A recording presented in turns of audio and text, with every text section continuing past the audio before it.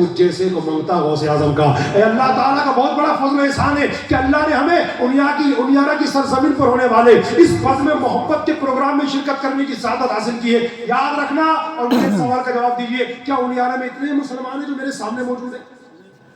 Please reply می. ان کے علاوہ اور بھی مسلمان ہیں, بلکہ بھی ہم ایک جگہ بیٹھے ہوئے تھے تو ہمیں بتایا گیا کہ الحمدللہ انیارہ کے اندر سم تھنگ 4 سے 5 ہزار کے قریب مسلمان ہیں. اللہ ہمارے تمام عاشقان رسول کو خوب برکتوں سے نوازے.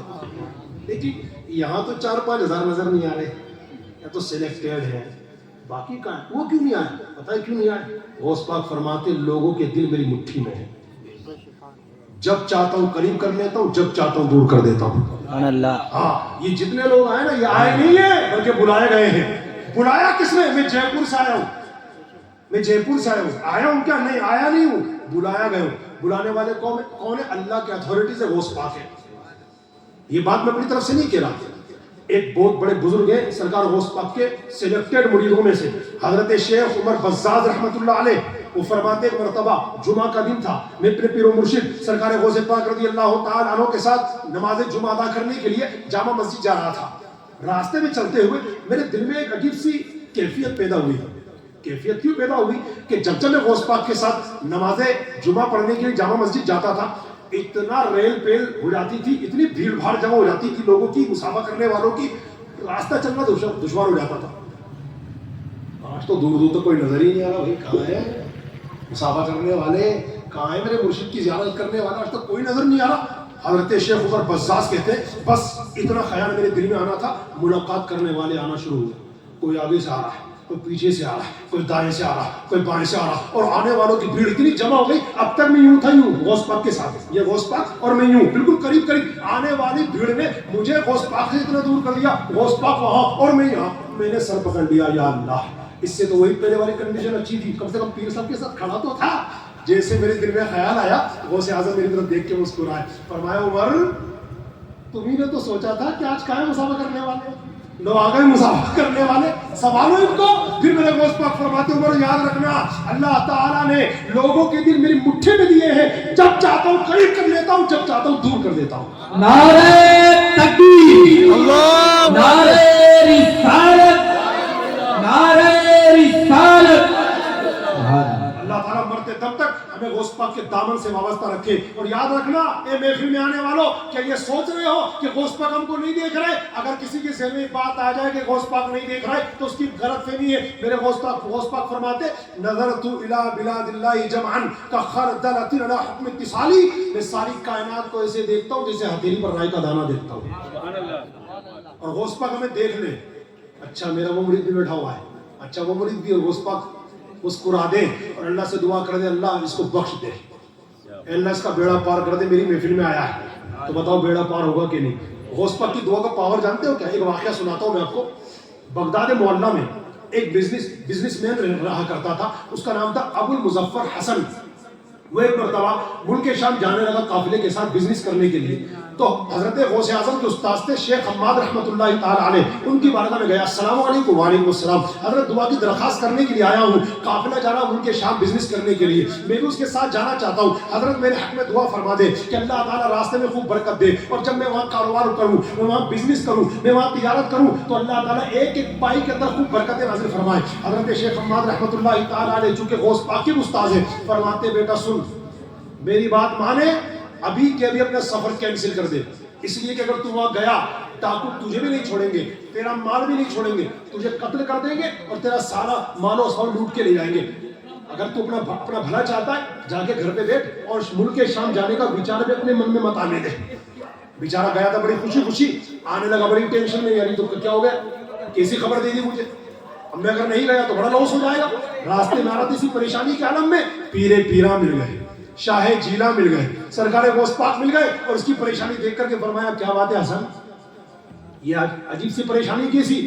کہا یا غوث پاک کیا بتاؤں, آپ کے استاذ محترم کی بارگاہ میں دعا کروانے کے لیے گیا تھا, لیکن انہوں نے منع کر دیا کہ ملک شام مت جاؤ, اگر تم چلے گئے تو ڈاکو نہ تمہیں چھوڑیں گے نہ تمہارا مال چھوڑیں گے. اسی ٹینشن میں اسی پریشانی میں عذرت کروں تو کیا کروں؟ غوث پاک مسکرا کے فرماتے بیٹا حسن شوق سے ملک شام جاؤ, اللہ سب بہتر کرے گا. جب غوث پاک نے فرمایا تو اس کی خوشی کی انتہا نہ رہی. گھر پہنچا، رخت سفر تھا، قافلے سے جا کے ملا، ملک شام پہنچ گیا. اللہ تبارک و تعالیٰ نے اس کے کاروبار میں، اس کے بزنس میں، اس کی تجارت میں خوب برکت عطا فرمائی.